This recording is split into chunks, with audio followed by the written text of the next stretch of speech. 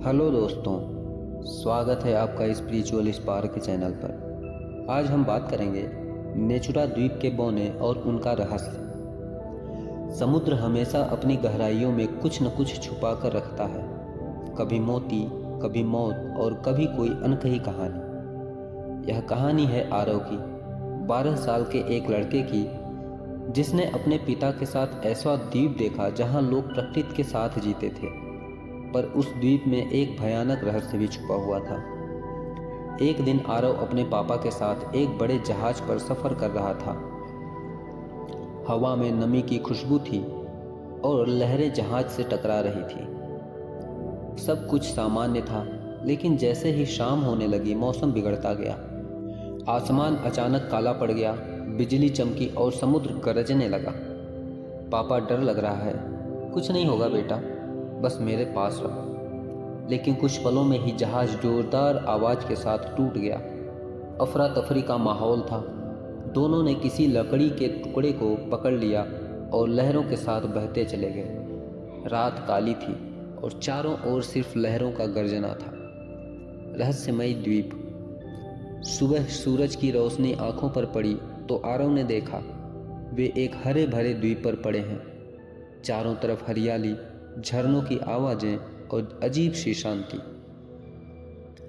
लेकिन उस शांति में कुछ था, जैसे कोई उन्हें देख रहा हो। थोड़ी दूर पेड़ों के बीच से कुछ छोटे छोटे बौने लोग निकले, जिनकी ऊंचाई 3 फीट थी, पर उनके शरीर मजबूत और आंखें चमकदार थीं। उनके कपड़े पेड़ों की पत्तियों और रेशों से बने थे।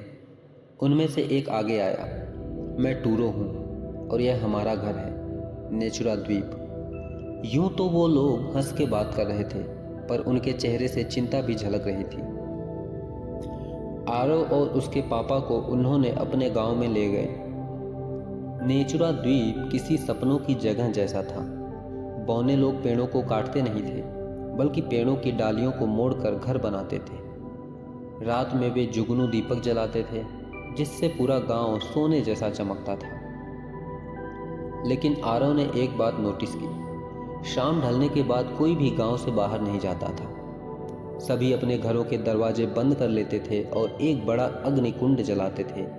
आरव ने टूरो से पूछा, रात को सब इतने डरते क्यों हैं? टूरो ने धीमी आवाज में कहा, क्योंकि इस द्वीप का जंगल रात में जिंदा हो जाता है। उस रात आरव नींद में नहीं था।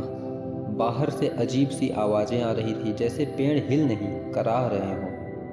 अचानक उसने देखा, एक काली परछाई झरने के पास हिल रही थी। वह बहुत बड़ी थी, इंसान से 3 गुना ऊंची, और उसकी आंखें लाल जल रही थी। आरव घबरा गया। उसने पापा को जगाया। पापा ने खिड़की से झांका और दोनों का खून जम गया। वह कोई जानवर नहीं था, वो था शैडो बीस्ट, एक दैत्य जो कभी इस द्वीप का रक्षक था, लेकिन अब श्रापित हो चुका था। अगले दिन टूरो ने उन्हें सारा सच बताया। सदियों पहले नेचुरा द्वीप के बौनों ने प्रकृति से एक वादा किया था, हम धरती की रक्षा करेंगे, लेकिन प्रकृति की सीमाओं से कभी बाहर नहीं जाएंगे। पर एक लालची आदमी, गार्डोस, जो तुम्हारी दुनिया से आया था, उसने जंगल के दिल में छिपे नील क्रिस्टल को भी निकालने की कोशिश की, जिससे प्रकृति का संतुलन बिगड़ गया। वही ऊर्जा उस दैत्य शैडो बीस्ट में बदल गई, जो हर रात द्वीप के चारों ओर घूमता और किसी को भी बाहर निकलने नहीं देता।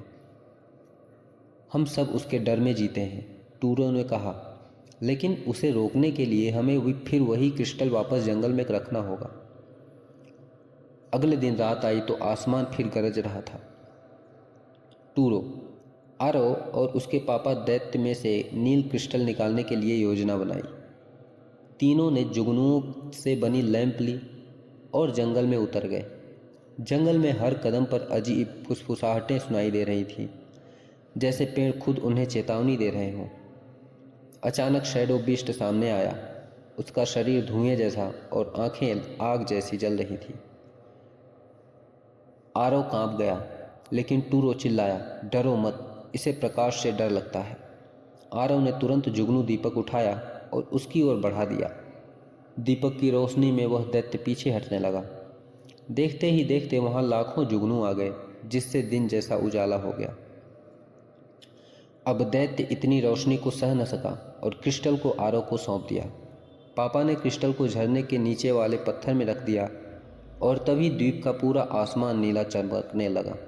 धीरे धीरे शैडो बीस्ट गायब हो गया और उसकी जगह एक चमकता हुआ पेड़ उगाया। विदाई और वादा। सुबह जब सूरज उगा तो द्वीप पहले से भी ज़्यादा सुंदर लग रहा था। बोनो ने आरव और उसके पापा का धन्यवाद किया। टूरो ने आरव को एक छोटी लकड़ी का हार दिया और कहा, अब ये द्वीप आज़ाद है और याद रखना, जहाँ इंसान और प्रकृति साथ रहते हैं वहाँ कोई दैत्य नहीं रहता। आरव ने मुस्कुराकर कहा, मैं जहाँ भी रहूँगा वहाँ धरती को अपना दोस्त बनाऊँगा। वे दोनों नाव में सवार हुए, पीछे से द्वीप की लहरें जैसे उन्हें अलविदा कह रही हों। जब आरव और उसके पापा अपने गांव लौटे तो सबको उनकी कहानी बताई, जो सपनों जैसी लगी। पर आरव के गले में वो लकड़ी का हार चमक रहा था और हर रात जब हवा बहती थी तो उसमें नेचुरा द्वीप की खुशबू आती थी। इस कहानी से सीख मिलती है कि इस कहानी से हमें ये सीख मिलती है कि जब हम प्रकृति का सम्मान करते हैं तो जीवन में शांति और सुख अपने आप आ जाते हैं। लेकिन जब हम लालच में आकर प्रकृति को नुकसान पहुंचाते हैं तो वही प्रकृति हमें चेतावनी देती है, कभी तूफान बनकर, कभी किसी डरावने रूप में।